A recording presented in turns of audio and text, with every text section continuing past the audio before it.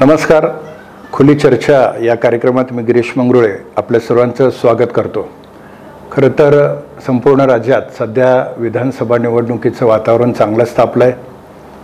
महायुती आणि महाविकास आघाडी यांच्यामध्ये सत्तेसाठी एक जोरदार रस्सीखेच दिसते आहे आणि दोघांमध्ये आरोप प्रत्यारोप होत आहेत. दोघांकडून हे दावे केले जात आहेत की आम्ही सत्तेवर येऊ.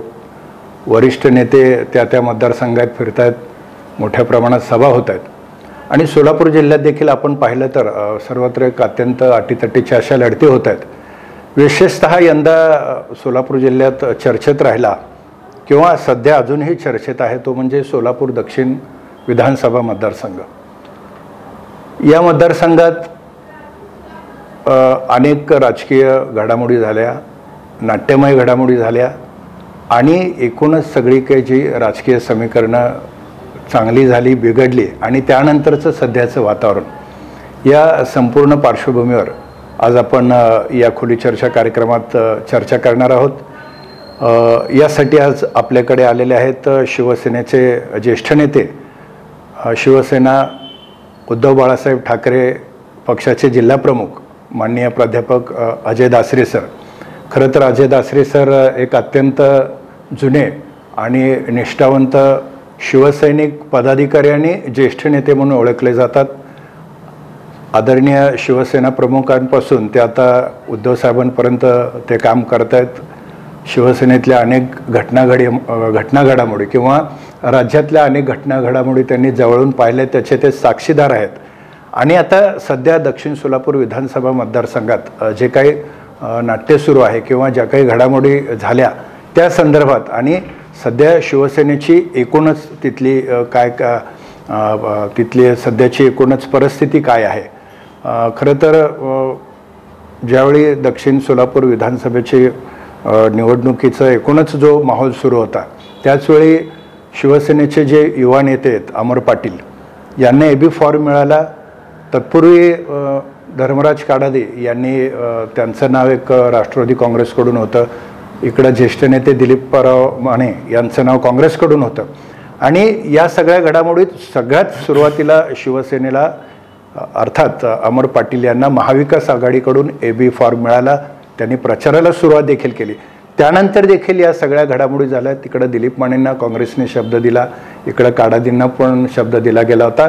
अशा सगळ्या पार्श्वभूमीवर आता एकूण जे वातावरण आहे ते पाहता नेमकं काय चाललं आहे हेच आज आपण सरांकडनं जाणून घेणार आहोत. सर, आपलं खूप खूप स्वागत. जय महाराष्ट्र. मी आत्ताच म्हणल्याप्रमाणे खरं तर महाविकास आघाडीत गेल्या अनेक दिवसांपासून आपण दक्षिण विधानसभा मतदारसंघात शिवसेनेनं एक दावा दाखल केला होता आणि सेनेलाच हा मतदारसंघ सुटणार होता हे तितकंच निश्चित झालं होतं. आणि AB फॉर्म देखील अमर पाटील यांना मिळाला. एक युवा नेतृत्व म्हणून त्यांच्याकडे पाहिलं जातं आणि एक युवकांचं मोठं संघटन होतं, एक मितभाषी स्वभाव, अभ्यासू युवा नेता म्हणून पाहिलं जात असताना ज्या काही राजकीय घडामोडी झाल्या नेमकं काय सांगाल या संदर्भात? खरं म्हणजे मी सर्व शिवसेनेच्या वरिष्ठ नेत्यांचा आभार व्यक्त करतो की 251 दक्षिण सोलापूर विधानसभा मतदारसंघामध्ये माझा सहकारी असलेला एक सुशिक्षित जिल्हा प्रमुख अमर रतिकांत पाटील यांना आदरणीय उद्धवजींनी उमेदवारी दिली आणि उमेदवारी दिली, B फॉर्म दिलं आणि त्यांनी फॉर्म भरला. आघाडी महाविकास आघाडीमध्ये जे ठरत आलेलं आहे की ज्यांची उमेदवारी पहिल्यांदा आली, ज्यांच्याकडं ही जागा आली त्याचं प्रामाणिकपणे सर्वांनी मिळून काम करायला पाहिजे. म्हणजे मी याच्यावरच बोलतो की महाविकास आघाडीमध्ये आघाडीचा उमेदवार म्हणून जेव्हा अमर रतिकांत पाटील उभारले, फॉर्म भरले, तेव्हा हे आघाडीचेच झाले. त्या आघाडीचा विजय कशा पद्धतीनं होतो यासाठी सर्वांनी मिळून प्रयत्न केला पाहिजे. बरोबर. कालच्या सभेमध्ये उद्धवजींनी सांगितलं की या लोकसभा मतदारसंघाच्या खासदार प्रणितीताई शिंदे यांच्यासाठी खास उद्धवजींनी सोलापूरला सभा घेतली आणि शिवसैनिकांनी अतोनात म्हणजे रात्र दिवस एक करून ही जागा भाजपाकडून खेचून आणली, त्यांचा विजय मिळवला.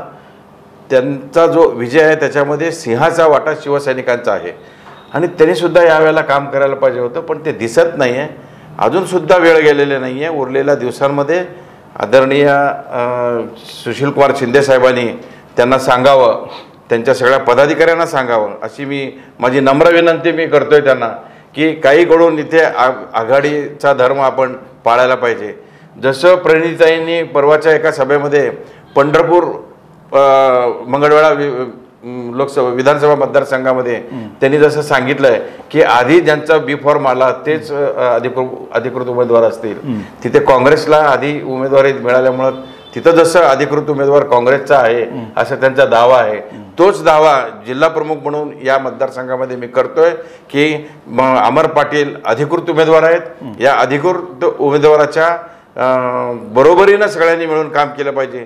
निश्चितपणे आम्हाला एक चांगलं वातावरण उद्धवजींच्या सभेने निर्माण झालेलं आहे आणि उद्धवजींच्या 2.5 वर्षाच्या कामामध्ये हे जे वरपळून निघालेली जनता आहे ती जनता आता आतुर झालेली आहे या विकास आघाडीला मतदान करण्यासाठी.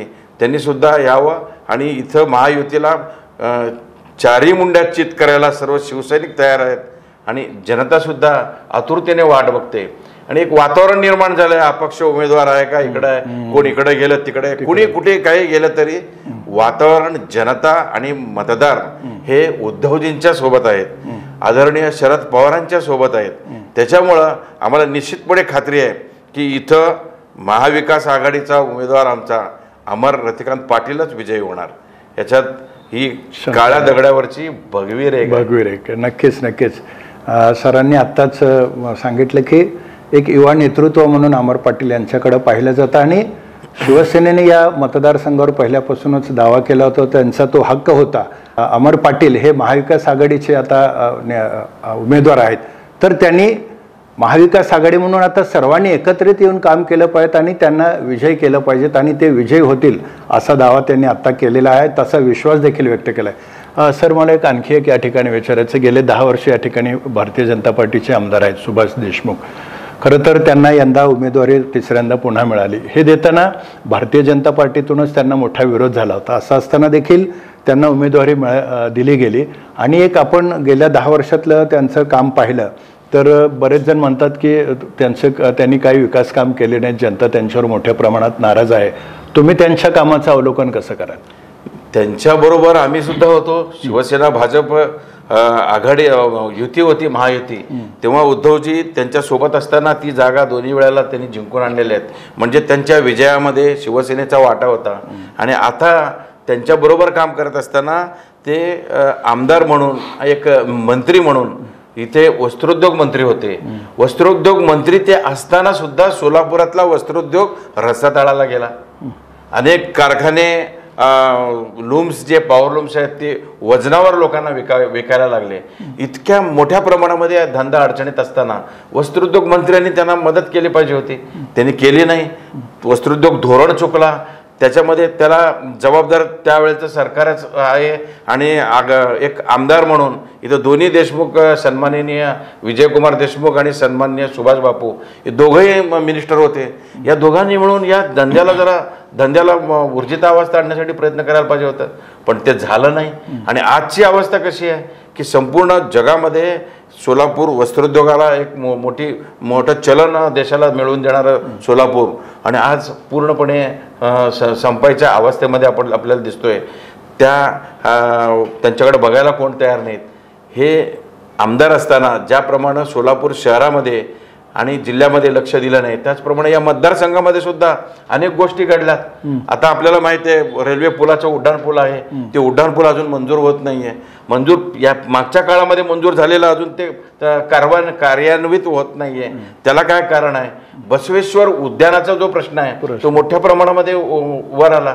उद्यानाला ते सन्माननीय आपले खासदार आपले जय सिद्धेश्वर महाराज होते, त्यांनी सगळ्यांनी मिळून त्याचं भूमिपूजन केलं. पण ते उद्यान कुठे गेलं? पण ते उद्यानाला आरक्षित असलेली जमीन कोणी हडप केली, कोणी घेतली, आरक्षित जमीन कोण घेतली, या सगळ्या जनतेला माहिती आहे. मी बोलायचं काही कारणच नाहीये. पूर्ण जनतेला. आणि लिंगायत समाज एवढ्या मोठ्या प्रमाणामध्ये आहे आणि लिंगायत समाजाचं एक आदर्श, बसवेश्वरांचा आदर्श घेऊन लिंगायत समाज काम करते. त्या बसवेश्वरांच्या नावाला विरोध आहे का? मग त्या महात्म्याच्या नावाला विरोध करून तुम्ही त्या आरक्षित जमीन काय केली, कुणाला दिली, कोण ती विकत घेतली, कोणत्या ठरावाने झाली, या सगळ्या गोष्टी जनतेला कळायला पाहिजे. आणि जनता आता पूर्ण जागृत झालेली आहे. त्यांना ज्याप्रमाणे हा पण उद्देश महत्त्वाचा प्रश्न होता बसवेश्वर उद्यानाचा, तसं स्मशानभूमी पण नाही आहे या मतदारसंघामध्ये. मग स्मशानभूमी एवढ्या वर्षामध्ये निर्माण का झाली नाही? दफनभूमी नाही आहे लिंगायत समाजाला, मुस्लिम समाजाला पण दफनभूमी नाही आहे. एक आहे तो आपला रामवाडीचा तो इकडचा जो आहे तो आपला त्या स्मशानभूमीवर सगळा लोड पडतोय. पण ते व्यक्तिगत कोणी स्मशानभूमी तयार करणं वेगळं, शासनाच्या वतीनं करणं, लोकप्रतिनिधी म्हणून त्यांनी करायला पाहिजे होतं, ते पण झालेलं नाही आहे. अशा अनेक गोष्टी आहेत. आणि बंधाऱ्यांचा जो प्रश्न होता तो भीमा सीना जोड कालवा, त्या भीमेवरचे ही जी धरणं आहेत भीमेवरची, मला वाटतं भीमा आणि सीना, भीमा नदीवरील वडापूर, गोविंदपूर आणि सीना नदीवरील हौज बंदलगी, या धरणांच्या बंधाऱ्यांच्या उंची वाढवलं असतं तर पाणी जास्त आपल्याला साठवता आलं असतं. ते साठवता आलं नाही.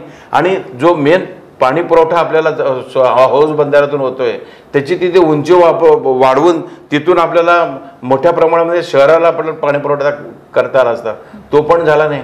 पण दुर्दैवानं आता असं सांगावंसं वाटतं की या मतदारसंघामध्ये आमदार रतिकांत पाटील होते.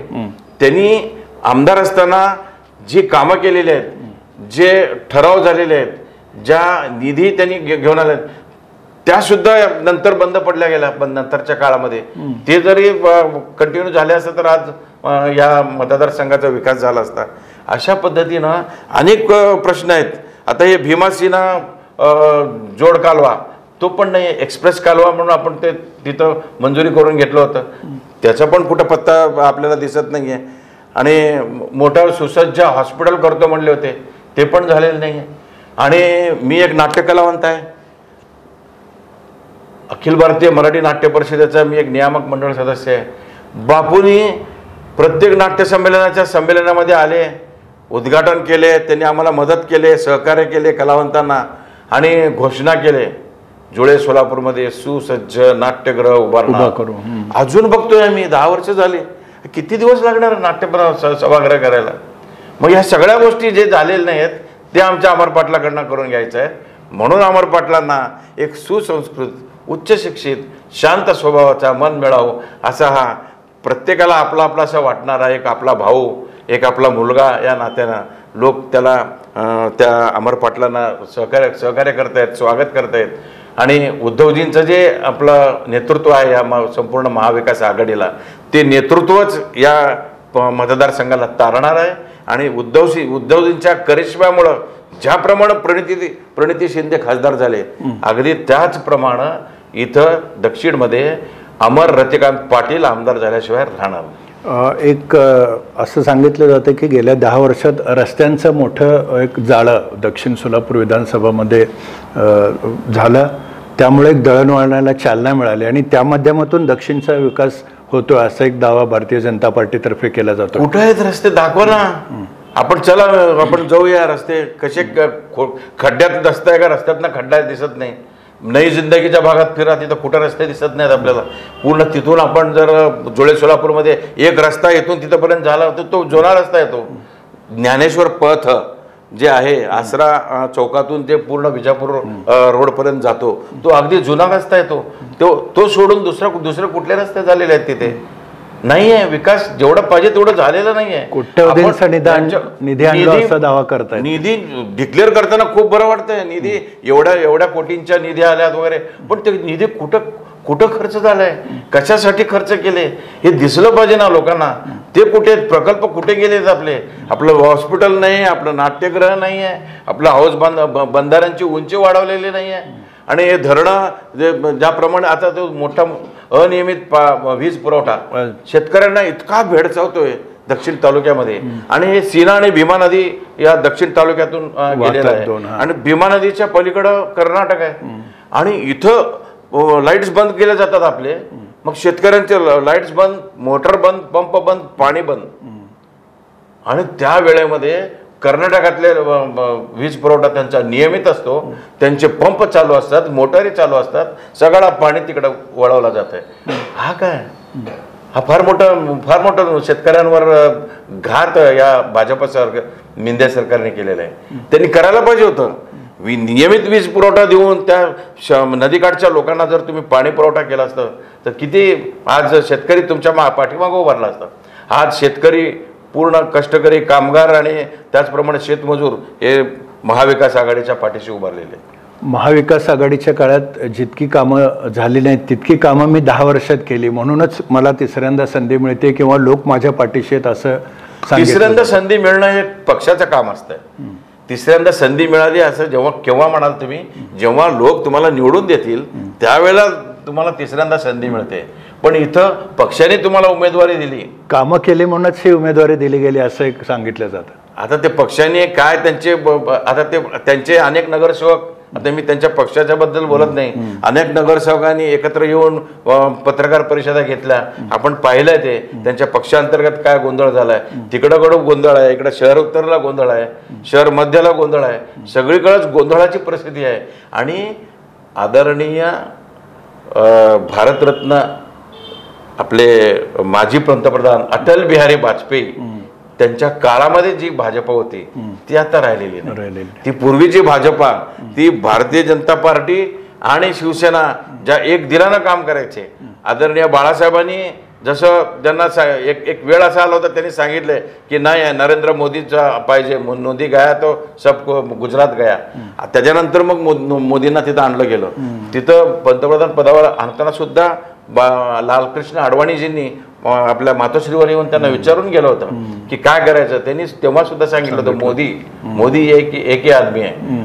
तर हे सगळं कुठे गेलं ते नंतरच्या काळामध्ये आपण पाहिलं तर आता त्यांची तिकीटं घेतलेले लोक जे आहेत ना तेच बघा ना कुठनं आणलेले आहेत, बाहेरचे इकडून तिकडून आणलेले आहेत. माझा अमर पाटील खंदा शिवसैनिक आहे, बाहेरचे लोक आणलेले आहेत, तुम्ही सगळे पकडून आणलेले आहेत. आणि पूर्ण लोकसभेमध्ये सुद्धा जी निवडून आलेली आहेत ती काठावर त्यांची मेजॉरिटी आली.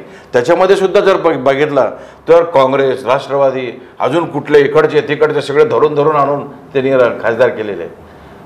मग असं का झालं.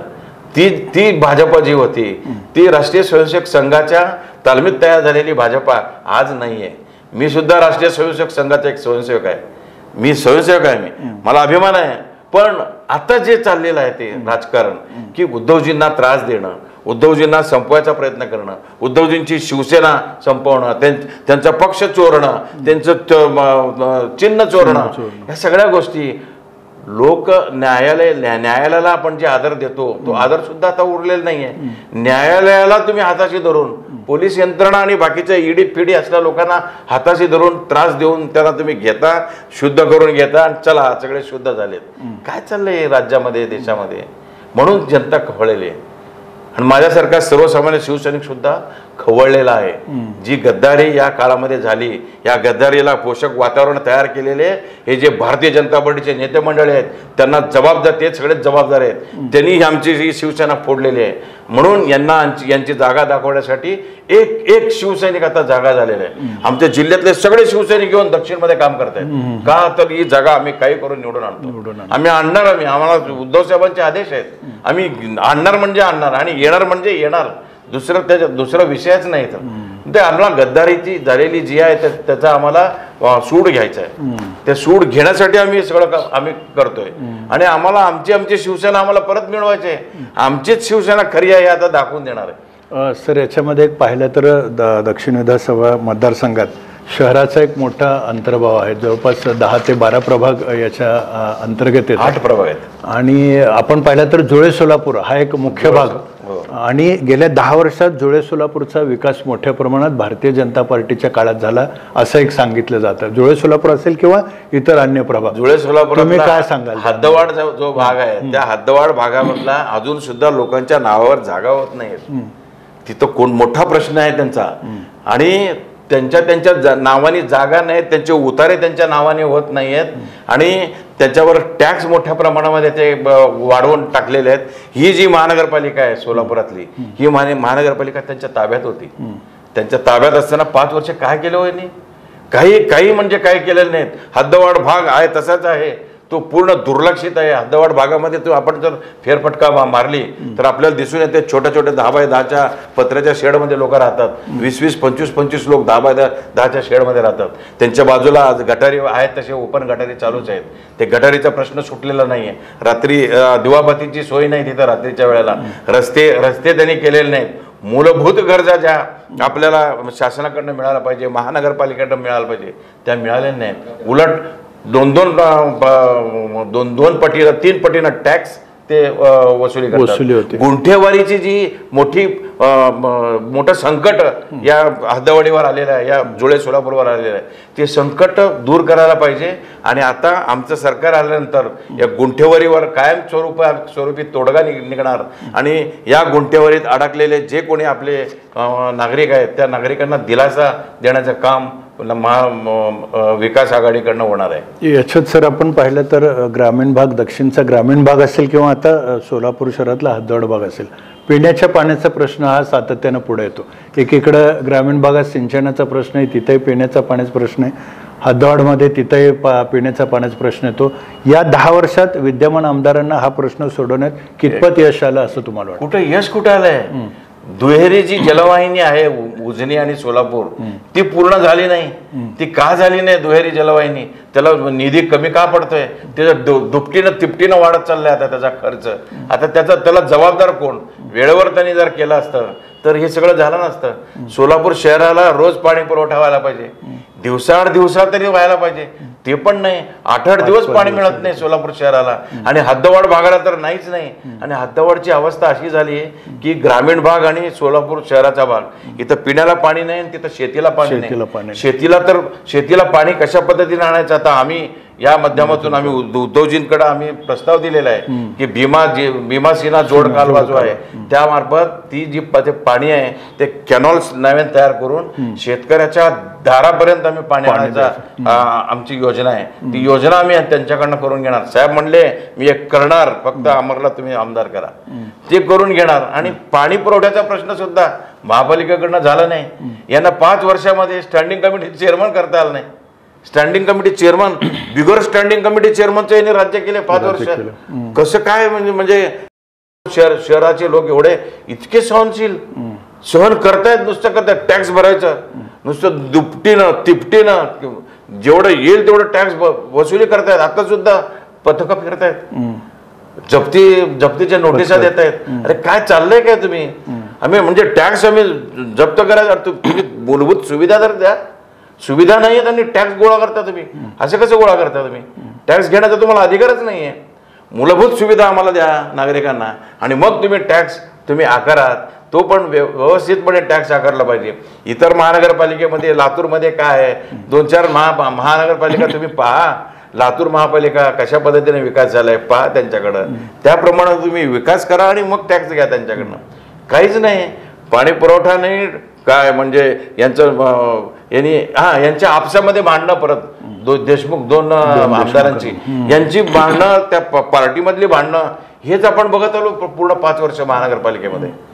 दुसरं काहीच बघितलं नाही आपण. सर अजून एक आपण पाहिलं तर युवकांच्या रोजगाराचा एक प्रश्न सातत्यानं समोर येताना दिसतो. आणि आपण पाहिलं तर आता दक्षिण सोलापूरमधील ग्रामीण भागातील युवक असतील किंवा जुळे सोलापूर किंवा या एकूणच ह्याच्यातले अनेक सुशिक्षित आपले युवक आहेत जे बाहेर जातात शिक्षणानंतर. रोजगाराचा एक प्रश्न मोठ्या प्रमाणात. शनिवार आणि रविवार आपण जर सोलापूर पुणे इंटरसिटीला जर बसलो तर आपल्याला एक विचित्र अशी परिस्थिती दिसते. शनिवार रविवार अपडाऊन करतात मुलं आपली आणि त्यांना जर बघितलं तर हे सगळे जे सुशिक्षित मुलं आहेत आपली, युवक आहेत, हे पुण्याला चाललेत सगळे कामाला. इथं काम नाही म्हणून तिकडे चाललेत. मग हे कोणाची ही शोकांतिका आहे सोलापूरची. कुणीच का करत नाहीत? हे ह्यांनी केलं पाहिजे होतं आतापर्यंत. यांना रोजगार मिळवण्यासाठी एखादी सॉफ्टवेअर कंपनी इथं आणायला पाहिजे. मोठी कंपनी इथं येत नाही. महानगरपालिकेचे यांचे अशी एकमेकांमध्ये भांडणं करण्यामध्ये यांचे वेळ चालले आहेत. यांचं राजकारण करण्यामध्ये यांचा वेळ चालला आहे. मुळात राजकीय इच्छाशक्ती असणं महत्त्वाचं आहे. राजकीय इच्छाशक्ती भारतीय जनता पार्टीच्या नेत्यांमध्ये नाही आहे. आणि म्हणून या सोलापूरचा विकास होण्याच्या ऐवजी सोलापूर भकास होण्याच्या दिशेकडे चाललेला आहे. आणि हे जर थांबवायचं असेल तर महाविकास आघाडी आणि आदरणीय उद्धवजींचं नेतृत्व या महाराष्ट्राला मिळावं आणि त्यांच्या नेतृत्वाखाली या सोलापूरचा संपूर्ण सुजलाम सुफलाम कशा पद्धतीने करता येईल, आपल्याला युवकांना रोजगार कसं मिळवता येईल याकडे आपण मोठ्या प्रमाणामध्ये आम्ही लक्ष देणार आहे. आणि उद्धवजी जे म्हणतायत मनात राम पाहिजे आणि हाताला काम पाहिजे. मग हे मुंह में राम बगल में छुरी सारखा प्रयत्न या लोकांचा आहे. नुसतं जय श्रीराम म्हणायचं आणि हिंदुत्व धोक्यात आलेलं आहे म्हणायचं. अरे केंद्रामध्ये तुमची सत्ता आहे, राज्यात तुमची सत्ता आहे, महानगरपालिकेमध्ये तुमची सत्ता आहे. मग हिंदू असुरक्षित कसं काय? सगळीकडे तुमची सत्ता आहे. असुरक्षित कुठं आहे? कुठंच नाही आहे हिंदू. आम्ही सुद्धा हिंदू आहेत. गर्व से कहो हम हिंदू आहे हे फक्त बाळासाहेबांनी चालू केलंय. आणि अजून सुद्धा आम्ही हिंदुत्व सोडलेलं नाहीये. उद्धवजी म्हणतात आम्ही हिंदुत्व सोडलेलंच नाहीये. पण तुमचं हिंदुत्व आमचं हिंदुत्व फार फरक आहे. भारतीय जनता पार्टी सुद्धा त्या काळातली भाजप आणि आत्ताची भाजप फार फरक आहे. तसंच हे हिंदुत्वातला फरक आहे. जे लालकृष्ण अडवाणी जे होते कसं तुम्ही पद्धतशीरपणे त्यांना बाजूला ठेवलात. अरे पाया पडलात तुम्ही, नंतर बाजूला करून टाकलात. हे काय म्हणजे आम्हाला कळत नाही. आणि प्रमोद महाजन असताना ज्या पद्धतीनं भाजप होती, मुंडे साहेब असताना ज्या पद्धतीनं भाजपच होती, ते जर राहिले असते ते ही युती किंवा हे सगळं घडलं नसतं. दुर्दैवानं सांगावं वाटतं. पण उद्धव साहेबांनी देखील काँग्रेसला पाठिंबा देणं हे अनेकांना रुचलेलं नाही. जे अत्यंत बरोबर आहे ना. तुम्ही असं केलं म्हणून तर आम्हाला, तुम्ही तसं केलात म्हणून तर करावं लागलं. पण आम्ही हिंदुत्व सोडलेलं नाहीये. हिंदुत्व अजिबात सोडलेलं नाहीये. आणि बाळासाहेब असताना सुद्धा राष्ट्रपती पदाच्या उमेदवारासाठी त्यांनी काँग्रेसला सपोर्ट केलं होतं. अंतुलेसारखे मित्र बाळासाहेबांचे होते. ते दोघं एकत्र बसायचे. सुशील कुमार शिंदे आणि बाळासाहेब दोघं एकत्र बसायचे. पण इथं त्यांच्या विरुद्ध सभा घेतलीच त्यांनी सोडलं नाही. म्हणजे एक काळ असा होता, मला सुद्धा आठवतं 82-83च्या दरम्यान महानगरपालिकेची निवडणूक जी होती मुंबईमध्ये, तेव्हा पहिली जी निवडणूक लागली त्या पहिल्या निवडणुकीत भारतीय शिवसेना आणि काँग्रेस एकत्रित लढले. सुरुवातीला एकत्रित लढले. अनेक वेळा असे निर्णय घेतले गेले. आणीबाणीला बाळासाहेबांनी खुला सपोर्ट केला. म्हणजे बाळासाहेबांनी घेतले निर्णय. आता उद्धवजी घेत आहेत. काही नाही, आम्हाला उद्धवजी आणि बाळासाहेब सेमच वाटतात, सारखेच वाटतात. प्रबोधनकारांचे विचार आणि बाळासाहेबांचे विचार हे दोन्ही एकत्रित करून यांनी आता जे हिंदुत्व अंगीकारलेलं आहे ते प्रबोधनकारांचं हिंदुत्व, सामाजिक समतेचं हिंदुत्व आम्ही त्याला म्हणतो. माझ्यासारखा शिवसैनिक त्याला काय म्हणतो? सामाजिक समतेचं हिंदुत्व आम्ही अंगीकारलेलं आहे. आणि हे हिंदुत्व घेऊन सर्व धर्माच्या लोकांना घेऊन, आणि ते सर्व धर्माचे लोक कशी की जी राष्ट्रावर प्रेम करणारे आहेत, या देशावर प्रेम करणारे आहेत, या मातीवर प्रेम करणारे आहेत, या लोकांना सर्वांना घेऊन, मग कोणत्याही धर्माचा असो त्यांना घेऊन जाणारं हिंदुत्व आम्ही घेऊन चाललोय. जानव्या आणि शेंड्यांचं हिंदुत्व आमचं नाही असं जे म्हणतात ना उद्धवजी, ते यासाठी तसलं हिंदुत्व आम्हाला करायचं आहे. जाती जातीमध्ये भांडणं आणि इथं तेच चाललेलं आहे. आमचा पूर्व भाग आता बघतोय आपण, नुसतं जय श्रीराम म्हणायचं. पूर्व भागामध्ये हे भाजप जास्त झाले. मला माहिती आहे ना, आम्ही होतो ना सुरुवातीला पूर्व भागात भाजपची वाढ कुठून झाली? अरे माझ्या घरातनं झाली ती. पूर्व भागातनं माझे वडील राष्ट्रीय स्वयंसेवक संघाचे संघचालक होते आणि ते अशोकनगराचे भागाधिकारी म्हणून काम केले. माझं अख्खं घर संघाचं आहे. पण आम्ही आज शिवसेनेत कट्टर शिवसैनिक म्हणून काम करतोय. याचा अर्थ काय? आम्हाला माहिती आहे काय फरक झालेला आहे दोन्ही. इथली तेव्हाची राष्ट्रीय संघ आणि आताच्या राष्ट्रीय संघाचा कार्यक्रम, आणि तेव्हाची भाजप आणि आताची भाजप, याच्यामुळे भारतीय जनता पार्टीमध्ये पूर्णपणे मोठ्या प्रमाणामध्ये स्थित्यंतर झालेली आहेत. त्यांच्या मानसिक याच्यामध्ये पूर्ण फरक पडलेला आहे. ते पूर्णपणे व्यवहाराकडे गेलेले आहेत. लोकांना सोडून अदानी आणि अंबानीचं विकास करण्याकडे त्यांचं दुर्लक्ष असल्यामुळं सर्वसामान्य नागरिक आता उद्धवजींच्या हिंदुत्वाकडे वळत आहे. सर, एकीकडे आपण आता दक्षिणमध्ये साधारण पाहिलं तर एक युवा नेतृत्व आहेत अमर पाटील, आणि तुम्ही म्हणल्यासारखं अत्यंत मितभाषी, संयमी आणि Yes. एक अनुभवी अभ्यासू नेतृत्व आहे. त्याचवेळी समोर तिकडं सुभाष देशमुख जे एक मातब्बर उमेदवार मानले जातात, दुसरीकडे अपक्ष काडादी साहेब आहेत, जे एक मोठे सहकार क्षेत्रातले एक मोठं नाव आहे, लिंगायत समाजातील एक मोठं नाव आहे. याच्यामध्ये हा सगळा लढा होत असताना एकूण तुम्ही कसं पाहता याकडे? म्हणजे एकीकडे युवा नेतृत्व आहेत, समोर तितकेच दिग्गज आणि अनुभवी नेतृत्व आहे.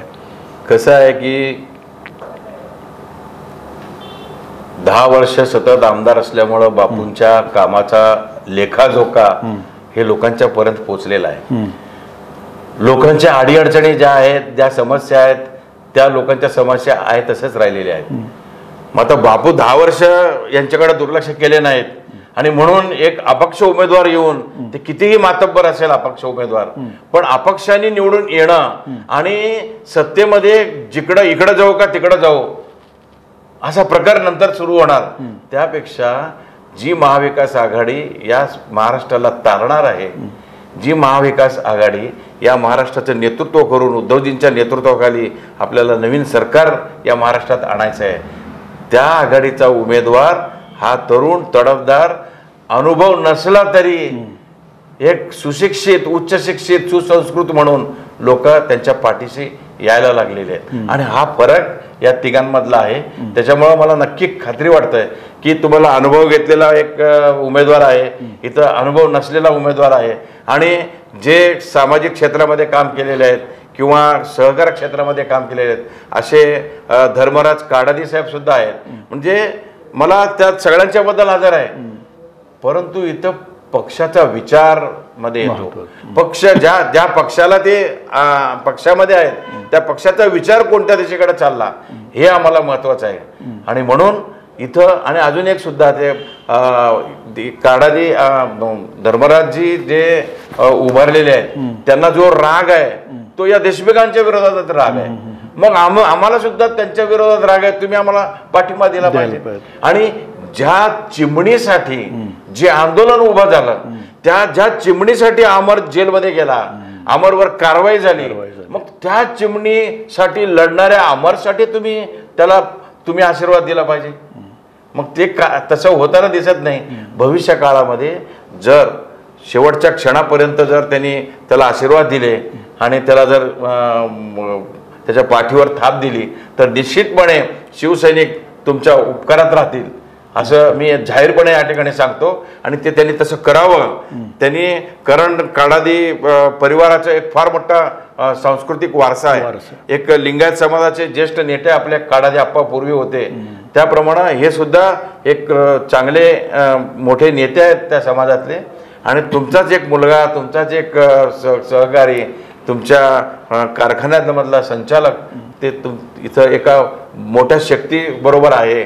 आणि ही शक्ती उद्धव साहेबांची शक्ती, शरद पवार साहेबांची शक्ती, ही शक्ती त्याच्यामुळे असल्यामुळं आपण सगळ्यांनी विचार करावा. आणि त्यांच्याबरोबर जे कोणी गेले असतील की ते मग दिलीप माने साहेब असतील किंवा अजून शेळके साहेब असतील, जे काँग्रेसचे जे पदाधिकारी आहेत मोठ्या प्रमाणामध्ये, त्या सर्वांनी आत्मचिंतन करावं आणि महाराष्ट्रासाठी, भारतीय जनता पार्टीला संपवण्यासाठी, सोलापूरच्या विकासासाठी त्यांनी अमरच्या पाठीशी उभं राहायला पाहिजे. नक्कीच नक्कीच सर. आता आणखी एक युवा नेतृत्व म्हणून अमर पाटील यांच्याकडून आता युवक असतील किंवा सगळ्याच वयोगटातील जनतेला एक खूप मोठ्या अपेक्षा आहेत आणि नक्कीच त्यांच्या एक असाही विश्वास व्यक्त केला जातो की त्यांच्या नेतृत्वाखाली एक चांगला विकास होऊ शकतो. तर काय दक्षिणसाठी काय व्हिजन असणार आहे तुमच्यासाठी? दक्षिणसाठी आजपर्यंत या दक्षिणमधल्या लोकांसाठी, हद्दवाढ भागातल्या लोकांसाठी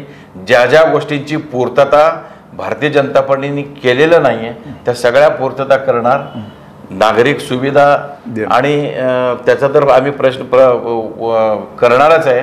परंतु ह्या सगळ्या पलीकडे जाऊन भीमासिना जोड कालवा आणि त्याच्यावर त्या पाण्याचा जास्तीत जास्त आपल्याला फायदा व्हायला पाहिजे. आणि हे जे वडापूर, गोविंदपूर आणि आहुज बंदलगी बंधारे आहेत त्यांची उंची आम्ही वाढवणार.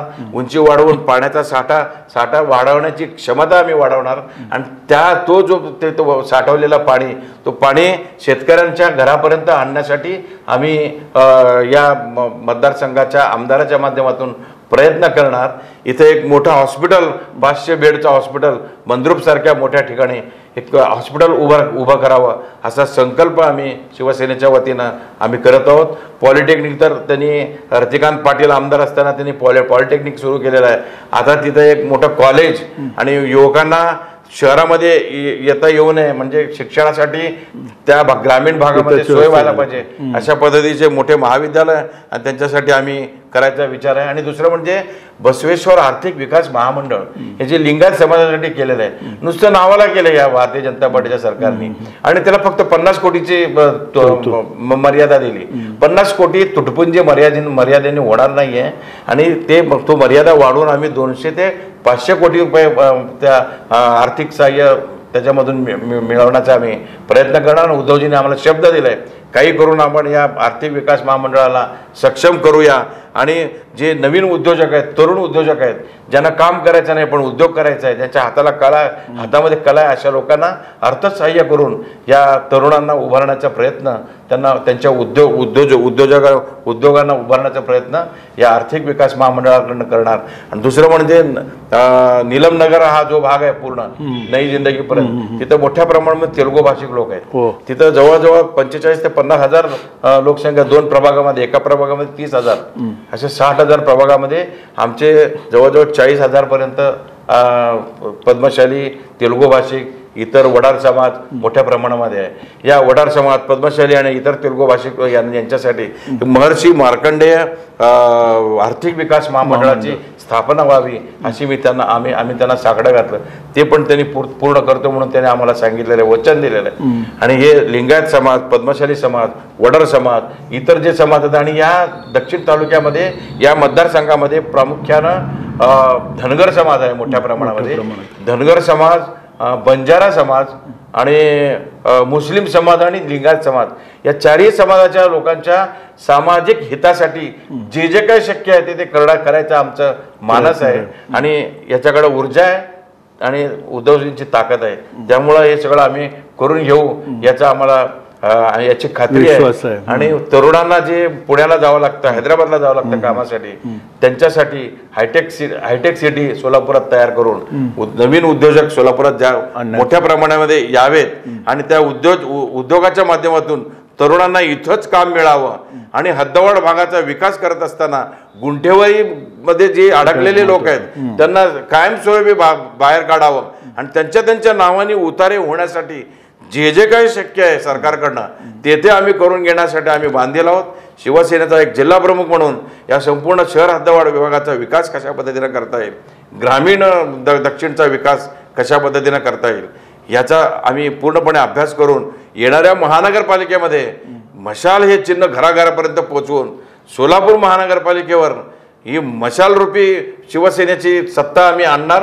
आणि ते आल्यानंतर जसं नवी मुंबई, पिंपरी चिंचवड महानगरपालिका आणि ठाणे महानगरपालिका हे शिवसेनेने पूर्णपणे विकसित करून दाखवलं, त्याच्याही पुढे जाऊन आम्ही सोलापूर शहराचा सर्वांगीण विकास केल्याशिवाय राहणार नाही. एक आराखडा आम्ही सोलापूर शहराला देणार आहोत. त्या आराखड्याच्या माध्यमातून एक वचननामा आम्ही देऊ आणि त्या वचननामाच्या माध्यमातून आगामी महानगरपालिका आम्ही लढवण्याचा आमचा निश्चय आहे. आणि आता या आमदाराला घेऊन आम्ही सोलापूर महानगरपालिकेवर झेंडा फडकवायला सज्ज आहोत. सर, हा एक झाला संपूर्ण दक्षिणचा. आपण सोलापूर जिल्ह्यातील एकूणच स्थिती काय सांगाल? काय आपल्या कशा पद्धतीने शिवसेना, आपले महाविकास आघाडीचे जे आता एक उमेदवार आहेत, विशेषतः शिवसेनेचे, कशा पद्धतीने वातावरण दिसतं? सोलापूर जिल्ह्यामध्ये शिवसेनेचे 3 उमेदवार आहेत सध्या.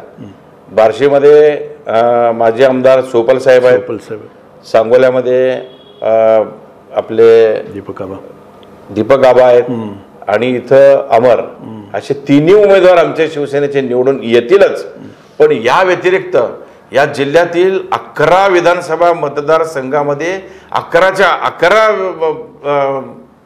आमदार हे महाविकास आघाडीचे निवडून येणार, यात मुळीच कोणी शंका बाळगू नये.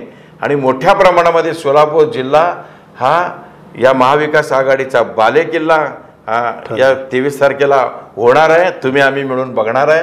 आणि इथं बालेकिल्ला झाला तर हा बालेकिल्ला उद्धवजींना मुख्यमंत्री करण्यासाठी सगळेजण मिळून यांना आम्ही मुंबईमध्ये पाठवू.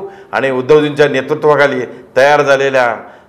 तयार होणाऱ्या नवीन सरकारमध्ये जे आमदार असतील ते सगळे ते त्यांचे मंत्रिमंडळ असेल, यांच्या सगळ्यांच्या माध्यमातून सोलापूर संपूर्ण जिल्ह्याचा विकास आतापर्यंत कोणी केला नाही.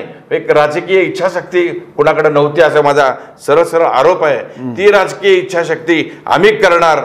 त्या इच्छाशक्तीवरून आम्ही आमच्या साहेबांच्या आशीर्वादावरून सोलापूर जिल्हा पूर्ण सुजलाम सुफलाम केल्याशिवाय आम्ही राहणार नाही. आणि जे गद्दार आहेत सोलापूर शहरातले, जिल्ह्यातले, हे ज्या गद्दारांना त्यांची जागा दाखवण्यासाठी शिवसैनिक सज्ज आहेत.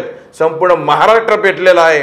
आणि ही पेटती जी मशाल आहे ती मशाल फक्त या गद्दारांना चटके देण्यासाठी, गद्दारांना संपवण्यासाठी आणि या गद्दारांना बाहेर आणून ज्यांनी शिवसेना संपवली, या शिवसेना संपवण्याचा प्रयत्न केलेल्या भारतीय जनता पार्टीच्या नेत्यांना सुद्धा त्यांची जागा दाखवल्याशिवाय महाराष्ट्रातली जनता स्वस्थ बसणार नाही. आणि मला खात्री आहे की येत्या 23 तारखेला सोलापूर जिल्ह्यासहित संपूर्ण महाराष्ट्रामध्ये एक मोठं वातावरण तयार होईल. आणि त्या वातावरणाच्या माध्यमातून हे जे निवडून आलेले महाविकास आघाडीचे आमदार आहेत, त्या आमदारांचं नेतृत्व आदरणीय उद्धवजी करतील. आणि मुख्यमंत्री म्हणून त्यांनी 2.5 वर्ष ज्या कोरोनाच्या काळामध्ये जे नाव कमावलेलं आहे, त्यांनी काम करून हजारो लाखो नागरिकांचे प्राण वाचवलेले आहेत. त्याच पद्धतीनं आगामी काळामध्ये या संपूर्ण महाराष्ट्रामधील जनतेसाठी ते प्रयत्नशील असतील. आदरणीय वंदनीय बाळासाहेब ठाकरे यांचा जो स्वप्न आहे, तो स्वप्न साकार करण्यासाठी आम्ही शिवसैनिक सज्ज आहोत. आणि त्यांना बाळासाहेबांचा आशीर्वाद आहे, बाळासाहेबांचं रक्त आहे. बाळासाहेबांच्या कुटुंबाला मातोश्रीवर प्रेम करणारे लाखो शिवसैनिक आज या संपूर्ण महाराष्ट्राच्या कानाकोपऱ्यामध्ये काम करत आहेत. म्हणून आम्हाला खात्री आहे महाराष्ट्रामध्ये जे षडयंत्र रचून त्यांचं उद्धवजींचं सरकार पाडलेले आहेत, ते षडयंत्र आता मतदार आणि नागरिक त्यांना जागा दाखवल्याशिवाय राहणार नाही.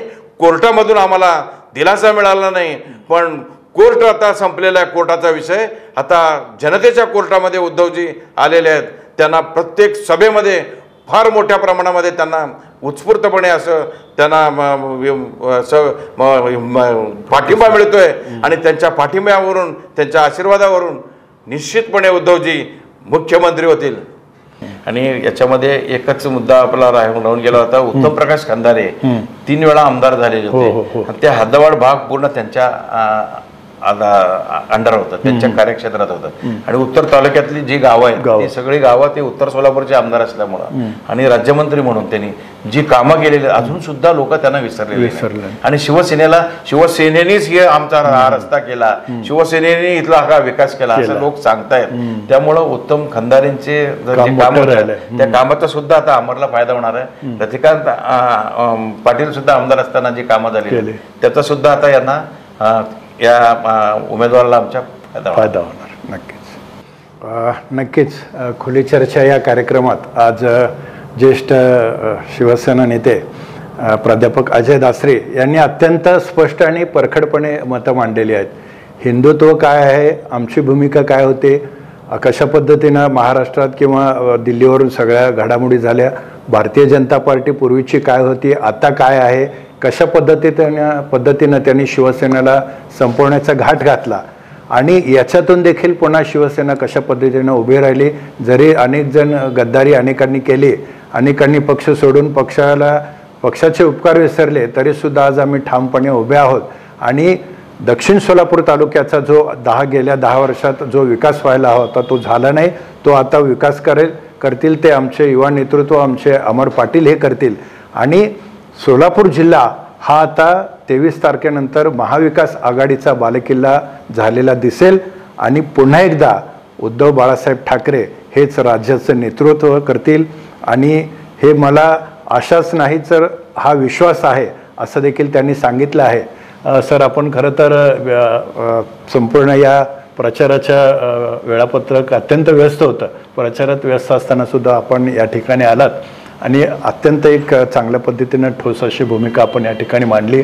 या चर्चेचा आपण सहभागी झालात त्याबद्दल आपलं मनपूर्वक आभार. गिरीशजी, तुम्ही सुद्धा तुमचं आणि पूर्ण तुमच्या सगळ्या सहकाऱ्यांचं आणि पद्माकरजींचं सगळ्यांचं मी आभारी आहे.